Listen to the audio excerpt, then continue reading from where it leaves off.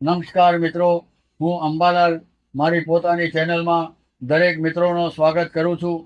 આજે આપણે ગુજરાતના હવામાનની તાજી સ્થિતિ વિશે વાત કરીશું. બંગાળની ખાડીમાં લો પ્રેશર સિસ્ટમ સક્રિય થઈ ચૂકી છે અને ગુજરાતમાં વરસાદનો બીજો રાઉન્ડ પણ શરૂ થઈ ગયો છે.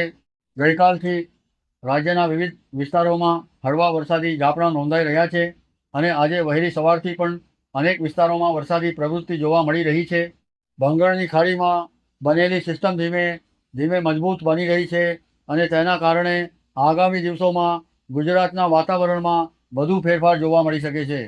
આજે કયા વિસ્તારોમાં વરસાદ પડશે, કઈ સિસ્ટમો સક્રિય છે અને આગામી દિવસોમાં હવામાન કેવી રીતે બદલાશે તેની સંપૂર્ણ માહિતી જાણીશું.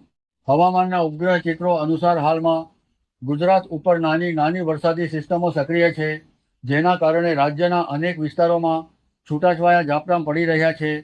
સૌરાષ્ટ્ર વિસ્તાર ઉપર પણ એક નબળી સિસ્ટમ સક્રિય છે, જેના કારણે જૂનાગઢ, રાજકોટ, જામનગર, પોરબંદર અને દ્વારકા આસપાસના વિસ્તારોમાં વરસાદી પ્રવૃત્તિ વધુ જોવા મળી શકે છે. બીજી તરફ બંગાળની ખાડીમાં બનેલી મોટી સિસ્ટમ ધીમે ધીમે મધ્ય ભારત તરફ આગળ વધી રહી છે અને ત્યારબાદ તેની અસર ગુજરાત ઉપર પણ જોવા મળશે. ગઈકાલે રાજ્યના ઘણા વિસ્તારોમાં સામાન્ય વરસાદ નોંધાયો હતો. ઉત્તર ગુજરાતના મહેસાણા, ગાંધીનગર, સાબરકાંઠા, અરવલ્લી અને બનાસકાંઠા જિલ્લામાં તેમજ મધ્ય ગુજરાતના અમદાવાદ, ખેડા અને આસપાસના વિસ્તારોમાં હળવા વરસાદી ઝાપટા પડ્યા હતા. દક્ષિણ ગુજરાતમાં સુરત, નવસારી, તાપી, વલસાડ, દમણ અને દાદરા નગર હવેલી વિસ્તારમાં પણ વરસાદ નોંધાયો હતો. સૌરાષ્ટ્રના અમરેલી, રાજકોટ, જામનગર, દ્વારકા, મોરબી, જૂનાગઢ અને ગીર સોમનાથ જિલ્લામાં પણ વરસાદી પ્રવૃત્તિ જોવા મળી હતી. આજે હવામાન વિભાગના અનુમાન મુજબ સમગ્ર ગુજરાતમાં યેલો સિગ્નલ જેવી સ્થિતિ છે, એટલે કે મોટાભાગના વિસ્તારોમાં છૂટાછવાયા વરસાદી ઝાપટા જોવા મળી શકે છે. વરસાદનો આ બીજો રાઉન્ડ 15 જુલાઈથી શરૂ થયો છે અને અંદાજે 20 જુલાઈ સુધી ચાલુ રહી શકે છે. જોકે આ રાઉન્ડમાં મોટા અને ભારે વરસાદની શક્યતા ઓછી છે. મોટાભાગના વિસ્તારોમાં અડધો ઇંચથી 2 ઇંચ સુધીનો વરસાદ નોંધાઈ શકે છે અને ક્યાંક અપવાદરૂપે 2 ઇંચ સુધીનો વરસાદ પડી શકે છે. હવામાન નિષ્ણાતોના અનુમાન મુજબ 22 જુલાઈ પછી શરૂ થનારો ત્રીજો વરસાદી રાઉન્ડ વધુ અસરકારક બની શકે છે. બંગાળની ખાડીમાં બનેલી લો પ્રેશર સિસ્ટમ જો અનુકૂળ દિશામાં આગળ વધે છે તો 22થી 30 જુલાઈ દરમિયાન ગુજરાતના અનેક વિસ્તારોમાં સારો અને ક્યાંક ભારે વરસાદ પણ જોવા મળી શકે છે. વધુમાં આગામી ઓગસ્ટ મહિનાના પ્રથમ સપ્તાહ દરમિયાન પણ રાજ્યમાં વરસાદી પ્રવૃત્તિ સક્રિય રહેવાની શક્યતા વ્યક્ત કરવામાં આવી રહી છે.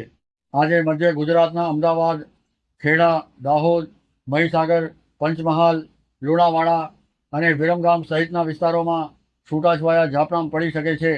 ઉત્તર ગુજરાતના મહેસાણા, ડીસા, અંબાજી, પાટણ, મોડાસા, પ્રાંતિજ, બાયડ, અરવલ્લી અને સાબરકાંઠા વિસ્તારમાં પણ હળવાથી મધ્યમ વરસાદની શક્યતા છે.